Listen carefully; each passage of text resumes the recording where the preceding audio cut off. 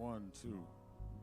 Giving honor to God, to our pastor, Reverend Lacy, to all of the ministers and officers of this great church.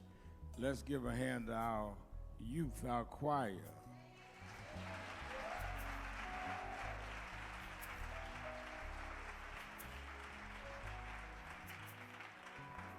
Certainly I'm happy to be in the house of the Lord, first giving God the honor and the glory for giving us another day. Many of us, I often remind us we get up in the morning like God owed us another day, or like we did something to earn another day. But I don't care how saved you look to us or how holy you claim to be. All of us have done enough wrong that any night we sleep, if God just checked the record, none of us would see the next morning. So every day is a gift from God.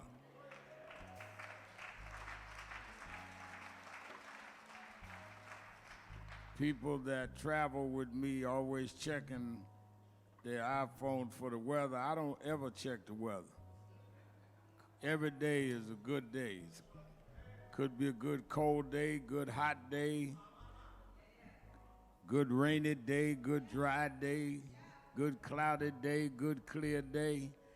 Really don't matter to me. Every day above ground is a good day.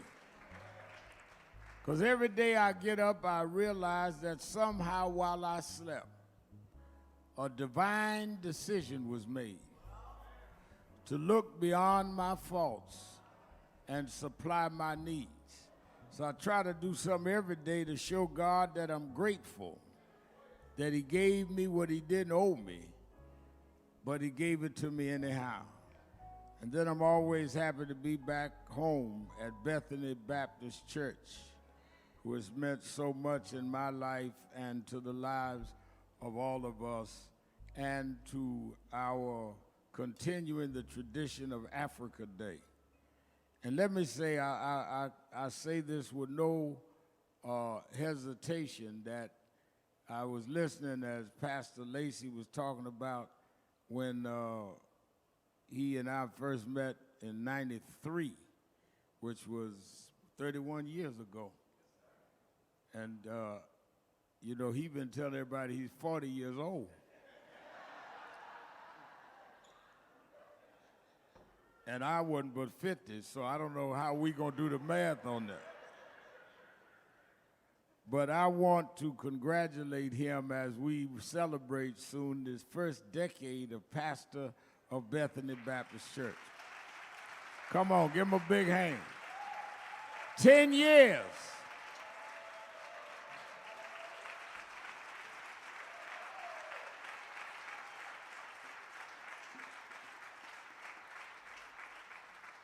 And the pastor black folk for 10 years. I'll just leave it like that. Y'all understand. But I've watched him grow, and it is very, very challenging to pastor a historic black church in these times, particularly when much of the black community has lost a sense of their history. We walk by these places that shaped and molded a nation and don't even understand what they mean. One of the things that I've been working on is wanting to build a civil rights museum in New York. I mean, we don't even know where Garvey spoke. We don't know where Adam Clayton Powell had his rallies.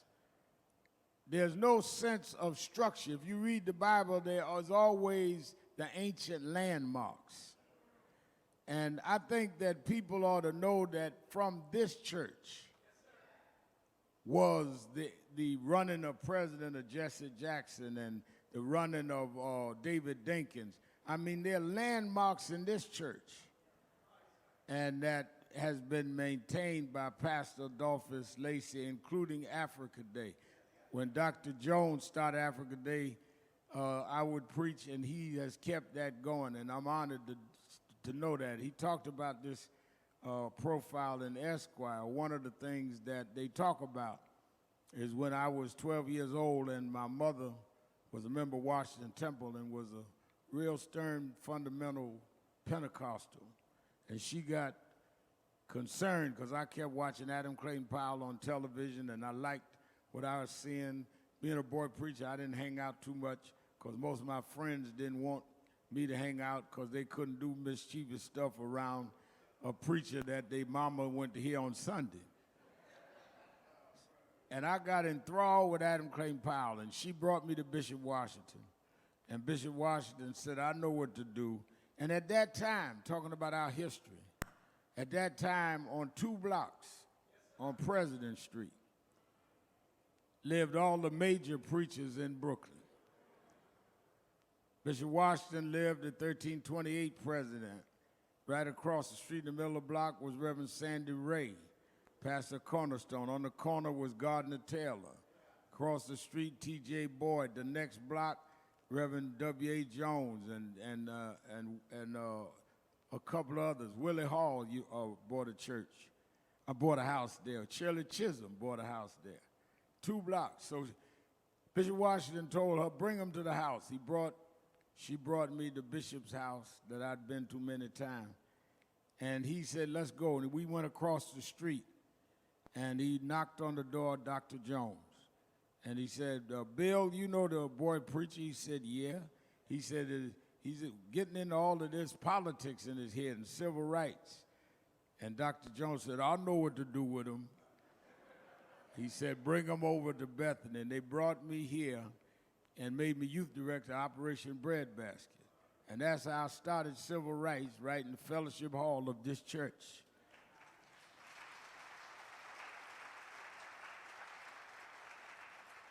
The Saturday morning rallies I do now at the House of Justice, I learned at the Saturday morning rallies Operation Breadbasket in Fellowship Hall, right downstairs, as Dr. Jones used to do it. And as my family grew, Dr. Jones baptized my daughters and all of us right in this pool. I became rebaptized a Baptist right here. So it brings a lot of memories and all to me. But you know, Howard Thurman said that it is a strange freedom to be adrift in a world of men that have no sense of being anchored to anything.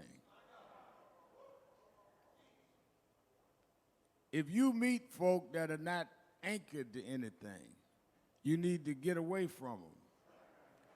Because any wave in the ocean will drown them or displace them.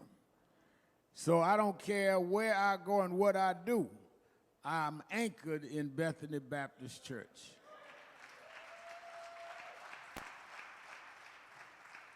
That's why wherever I go, I tell folk, Pastor Lacey, that's my pastor. He may be a little younger than me, but he's my pastor. And as we have built National Action Network for 33 years now, the vice chairman of our national board is one of Dr. Jones' daughters. Stand up, Jennifer Jones Austin is our vice chair.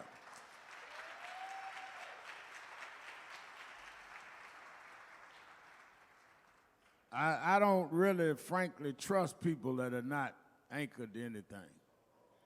You know, when people were growing up in the South, the first thing they would ask, if they bring somebody, a young man home to date, first thing they would ask is, who's your folks? Because you could just about tell the boundaries of their character by their family, who they come from. And I've been very, very much trained to always check people, if it's politicians, if it's preachers, whoever it is, who do you come from? Because I know just about what you believe and what you do by that. And I think that that is a message that we need to have within itself. And Dr. Jones poured into me. The other thing is who mentored and trained you. He poured into me And I've been able to try to stay on track. And I see people now that we had some of the most controversial cases in black history right in this church. We fought Howard Beach when they killed that young black Michael Griffith for being in the wrong neighborhood. We fought it right in this church. Bensonhurst, Yusef Hawkins, where we all went to jail fighting. Tawana Brawley stayed right here in this church. Everybody from, you name it, from Jesse to the Minister Farrakhan came here in this church. And you ought to know that the promise that you see was because of someone believed in that. And when I came here, Dr. Jones, people say, well, you know, he comes from a broken home and all of that. But he made me believe in myself. And he made me believe I could be what I have become. So he said, I'm going to do my TV show tonight, and then tonight, 8:30, I'm getting on a plane. I speak tomorrow at Oxford and London. And then at Cambridge Tuesday, and Tuesday night, I come right back. So to go from Brooklyn College to lecturing at Oxford is a long leap. But I'm going to bring Bethany along with me.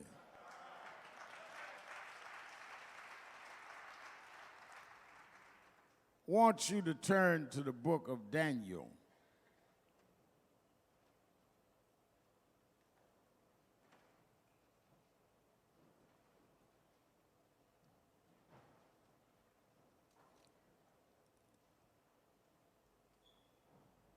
Book of Daniel, and if you read with me,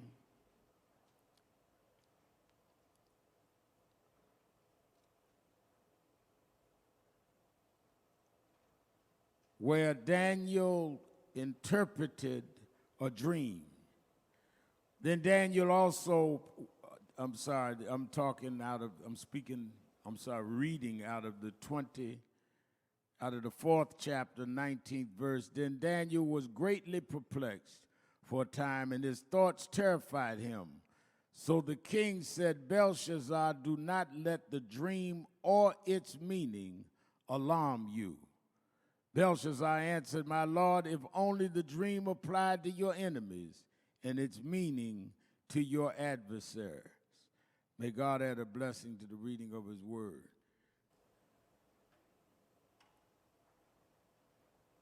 I want to talk about the meaning of the dreams.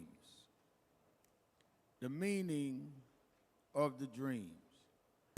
As we worship this morning on Africa Day, I think about our history and why and where we are is based on the dreams of our forefathers. There's a lot of media around what's going on in the Middle East, around the attack October 7th on Israel, which was wrong. But then it is doubled up now with the attack with Netanyahu, killing babies and women in Gaza. But what disturbs me, Jenny, is that nobody's talking about at the same time they're slaying people in Sudan. I mean, they're challenging black leaders on whose side are you on, Hamas or Israel? But what about Sudan?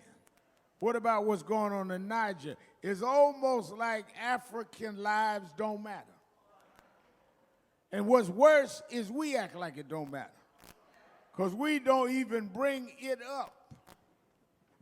We act like when they are doing things that are outright detrimental to us, that we are not affected by that. And the arrogance of racism has come full circle. The problem that has given them the comfort of that is that we have allowed ourselves to be degraded to the point where we laugh at being insulted. you got a presidential candidate stand up and say that black folks relate to me because I've been indicted 4 times. Said that folk wearing T-shirts of my mugshot. Black folk can identify with my mugshot. And we grinning like that's funny. When he is stereotyping us as criminals and saying we relate to people not because of their policies or not because of their health care plan or their education plan, but I got a mugshot. So black folk like that because they're all criminals anyway. And we're not insulted by that. When you look, first of all, Donald Trump's mugshot is because of an election interference. When Dr. King and them got mugshots, it was because we couldn't vote in elections. We wasn't stealing votes, we was trying to get a vote.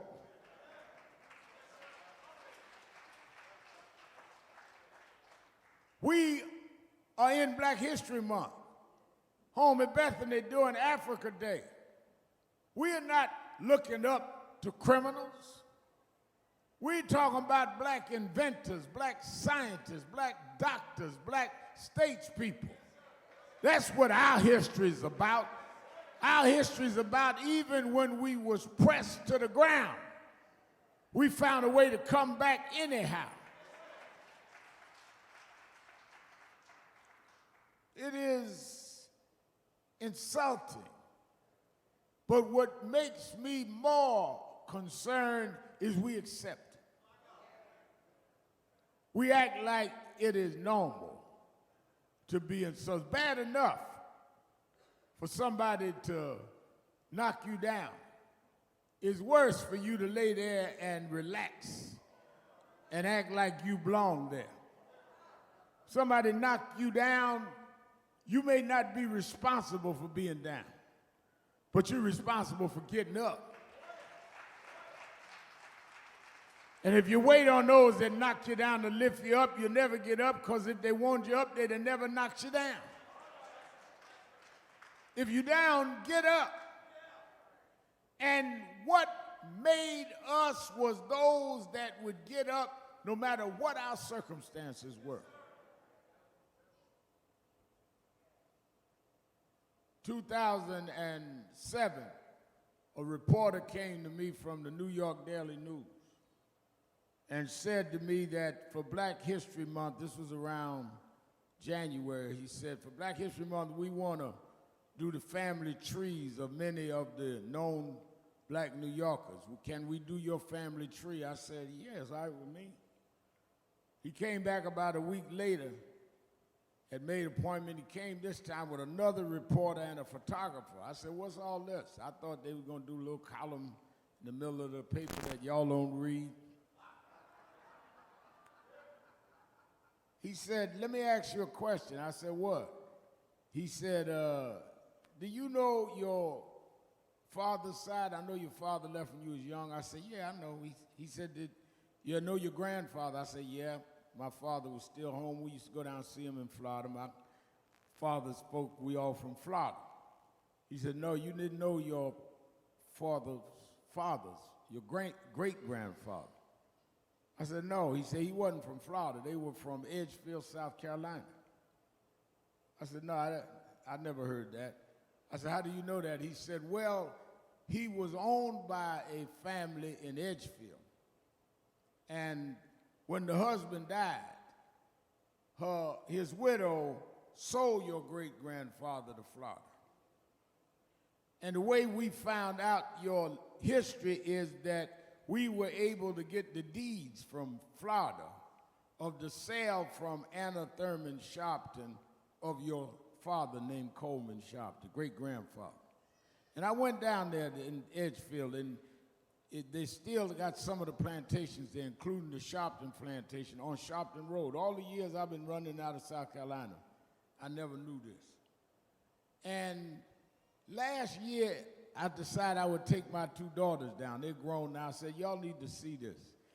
And there's the First Baptist Church, which is a white church there in Edgefield. And in the church, there's, you know, the regular setting of a southern white church, but on the outside is the cemetery. And all of the cemeteries, the tombstones are there. About a third of the cemetery was Sharptons and Thurmans. It was Strom Thurman's family that owned my great-grandfather. And as we walked around and we found the grave site of Alexander Sharpton, who owned my great-grandfather. And my daughter, my youngest daughter, Ashley, said, "You know what, Dad?" I said, "What?" She said, "His name was Alexander Sharpton." I said, "Yeah." She said, "So he was the first Al Sharpton."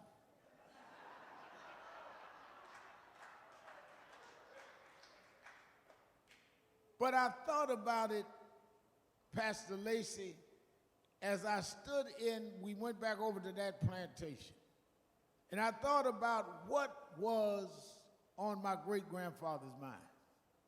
Had no rights anyone was bound to respect, was chattel slavery, had been called by law 3/5 of a man. What could he have been thinking about? Toiling in the cotton field all day? I'm walking on them very ground. The only hope he had was that his children one day would live a better life. The only dream he had is that maybe if they kept on, they could break through this. And I read this about Daniel telling Nebuchadnezzar about the dream. I thought about how every year we go back and talk about Martin Luther King's dream, and I talk about and I think about and I meditate on what are we doing with the dreams of our fathers. Not long ago, they had the showing of a documentary on James Brown. James Brown became like a father figure in my life. He supported my youth group when I was a teenager and kept me under his wing all the way. I ended up preaching his funerals.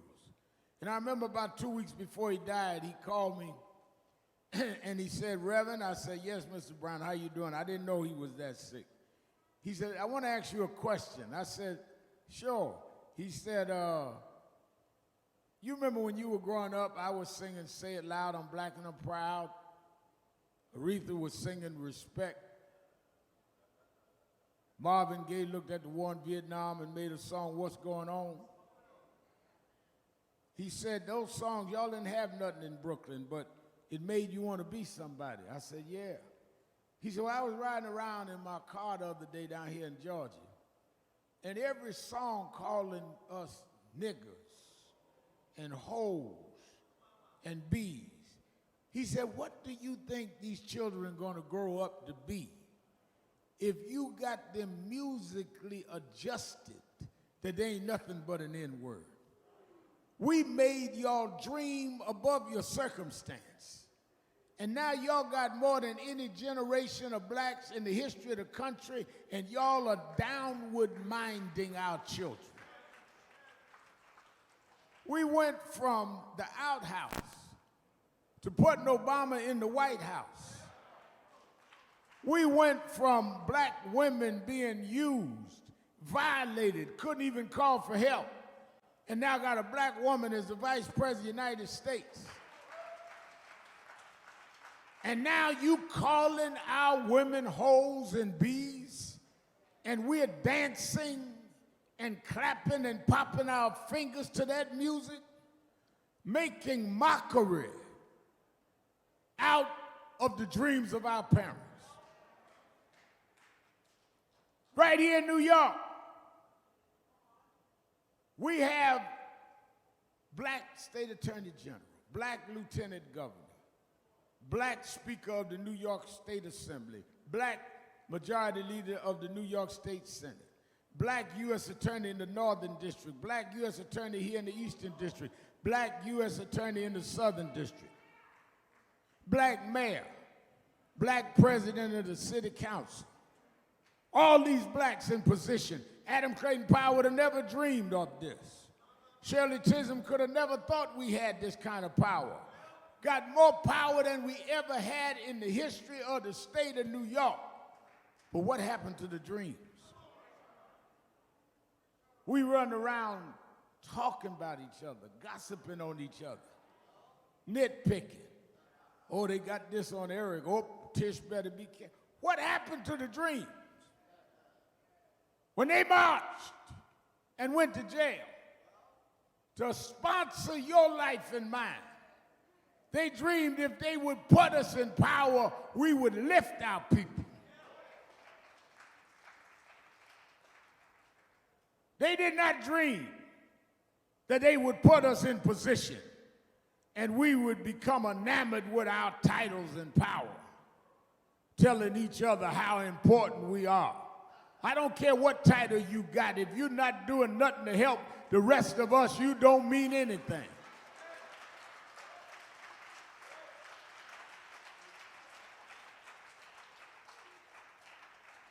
So now, I'm not surprised that they're trying to take DEI from us. We're marching about it, diversity, equity, and inclusion. I'm not surprised that Trump is laughing at us in our face. I'm not surprised that he stacked the Supreme Court, put 3 people on the Supreme Court, and they knocked down affirmative action, knocked down voting rights, Section 2, because we run around here in 2016 talking about I ain't voting, ain't no difference between Hillary and Trump. So you put 3 folks on the board that's gonna block your kids from going to college on affirmative action and gonna stop black contractors.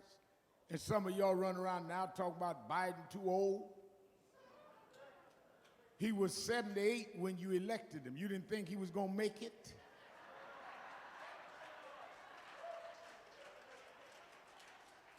He was old when you put him in. He was 79 when he brought the infrastructure bill through. He was 79 when he put through the advantages in terms of our Inflation Reduction Act. He always been old. He 81 now. He been old a long time.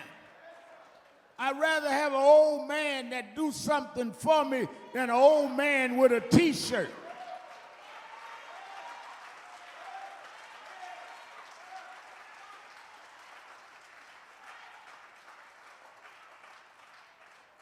But my point is to go back to Daniel. There are those that come to interpret the dreams. Nebuchadnezzar, with all of his power, couldn't interpret his dreams. Because there's a part that God has that man, with all of his brilliance, can't figure out. There's something that God can do to discomfort you, that nobody can give you comfort but those that know the God that sits high and look low. And with all of the power Nebuchadnezzar had, he had to send for Daniel to make out what the dream is. And with all the richness and wealth and power the United States has, there's only going to be some dreamers that's going to save this country. It's only going to be those that have been pressed down, mocked and scorned, and yet God made a way out of no way. Because we know God not from some ritual, we know God for ourselves.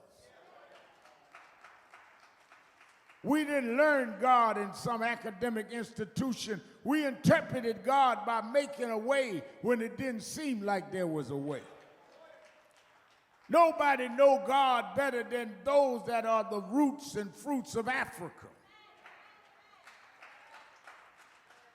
And don't let nobody tell you that, and I learned this from William Augustus Jones, this is not a white man's religion. Bethlehem. Let me correct this for some of our young folk here that go through this, oh, you with the white man religion. Jesus was born in Bethlehem. Angel told his father Joseph, his earthly father, that they're killing the newborn children of Israelites. you better take him and go elsewhere. They brought him to Egypt. Is that right? Egypt is North Africa. So he could be there among the other children in North Africa, which meant he had to look like the children in North Africa. If I was going to hide a child on Fulton Street, I wouldn't bring a child that looked like they come out of Norway thinking I'm hiding them on Fulton Street. The first Christian state was Ethiopia, the Coptic Christian church. We are not worshiping a white religion. We worshiping a God that made all men. And that every time man brought us down, we found a way to rise up again. What the dream of Daniel was. The interpretation of the dream is that God will make a way if you turn from your wicked ways. That God will make it right if you get right. And you've got to be able to be as determined and strong as Daniel to tell the wicked to their face when they're wrong. Now, the reason a lot of us don't do it is we're afraid. You cannot be a coward and be used by God. You sing a song in church, God don't have and can't use no coward soldiers. I meet folk out there now, Reverend Al, I don't fight, I don't say the things you say, I see you do things on TV, I can't do that, I got another way. Well, what way is it? If you're scared, say you're scared. And if you're scared, sit down and shut up and let somebody that ain't scared say what got to be said. I'm not afraid to say what I need to say because I was raised by dreamers. And dreamers see what's there, but they dream what's not there.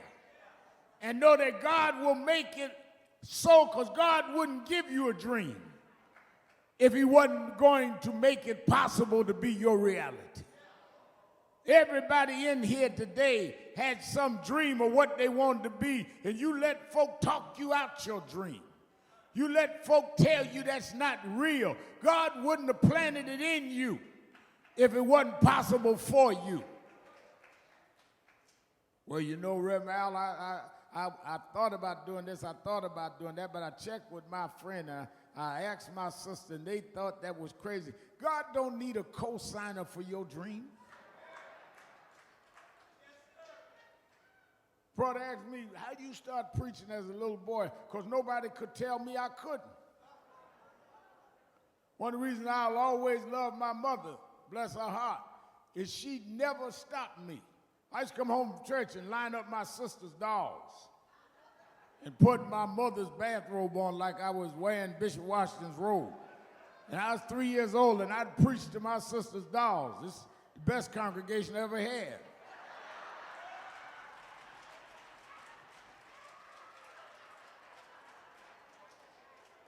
But if my mother had been a dream buster, she might have stopped me and it might have turned me around. But because I was raised in a village, from my mother to Bishop Washington to Bill Jones, I never stopped dreaming. That's why I didn't care what they wrote about me in the paper. I wasn't listening to them. I dreamed beyond their curse. I dreamed beyond their criticism.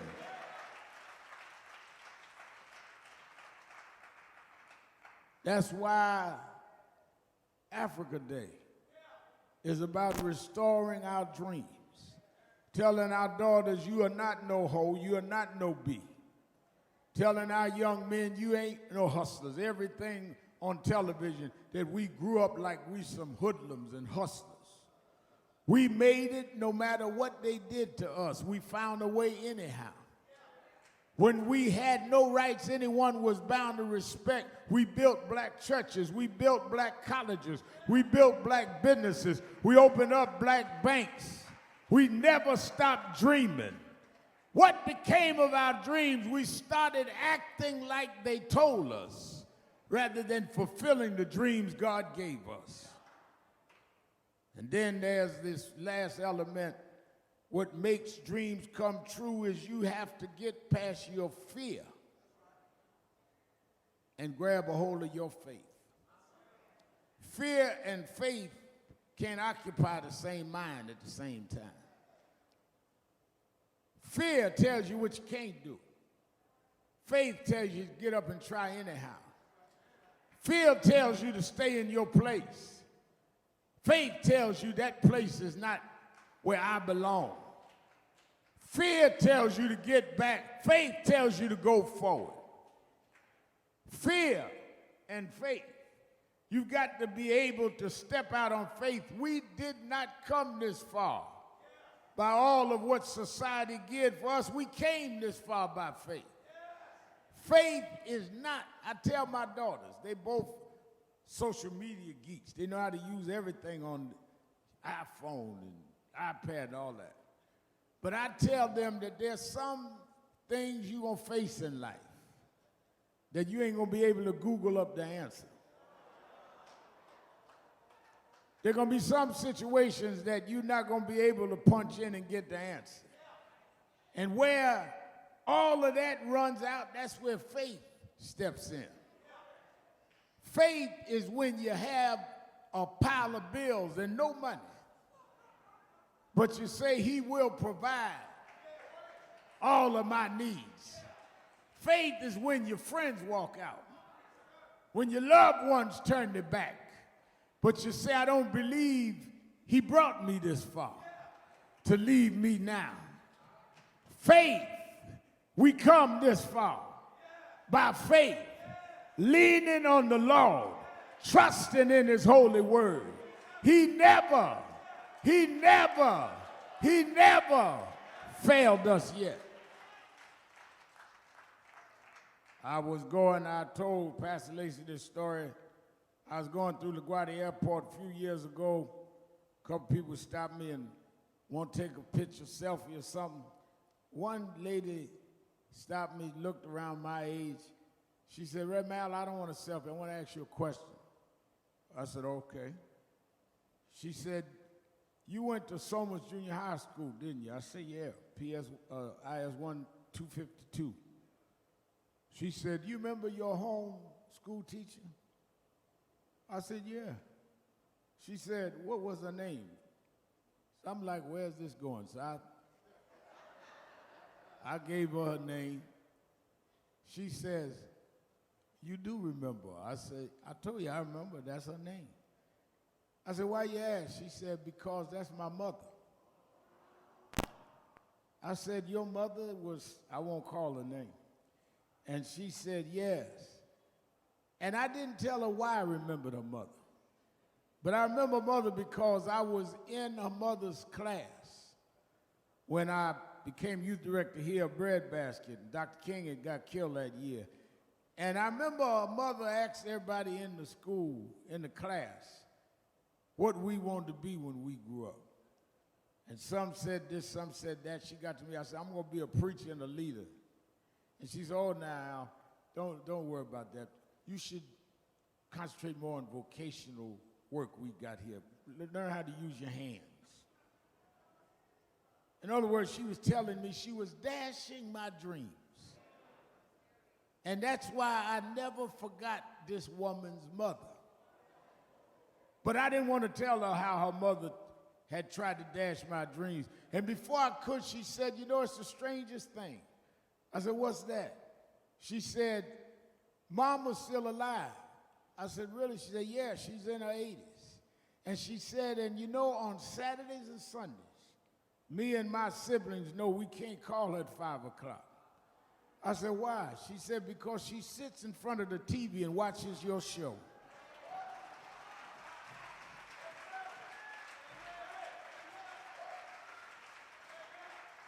The woman that told me what I couldn't be has to sit down now and watch my television show. The stone that the builder rejected, God made the cornerstone of a new day. Don't you lose your dream. God will make a way out of no way.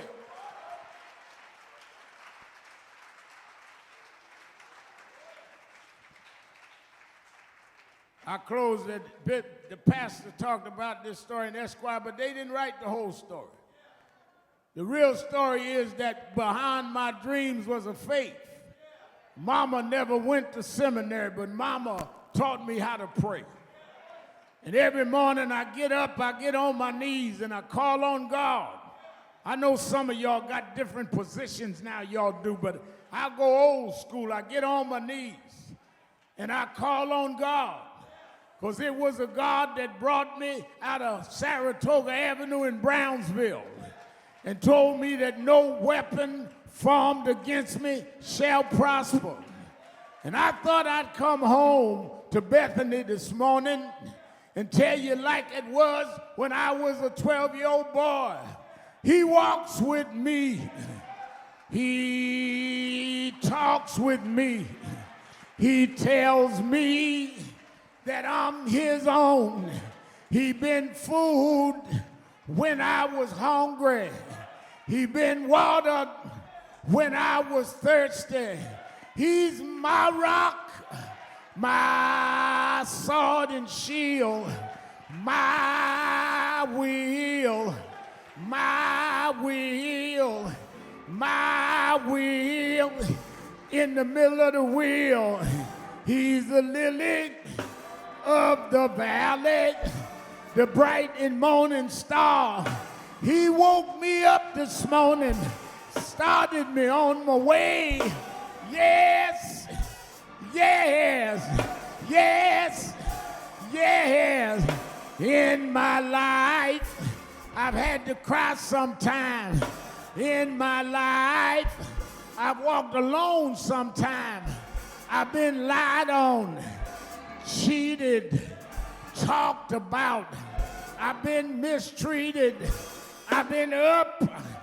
I've been down. I've been leveled to the ground. I've been stabbed. I've been prosecuted. But through it all, through it all, through it all, I've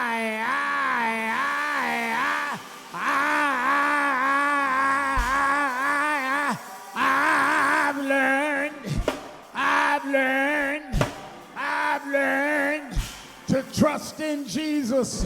I've learned to trust in God. Through it all, I've learned to depend on his word. He'll make a way. He'll make a way. He'll make a way. Yes, he will. Yes, he will. Yes, yes, yes, yes. You know, as I sit down, I was listening to the choir as they were singing that song. I saw the sister come and she led that song. I wish I could sing like that, but God didn't give me that gift. I wish I could go like that, but God didn't give me that gift. But sometimes, Lacey, in the midnight hours, after my cell phone stops ringing, after my doorbell quiets down, I go out in my living room and I sing my song.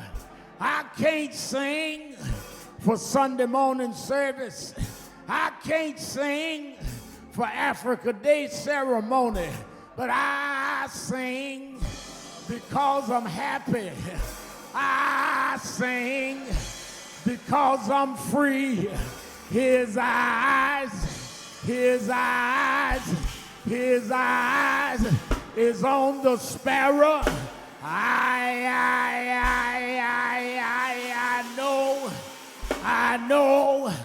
I know he watches me. Yes, yes, yes.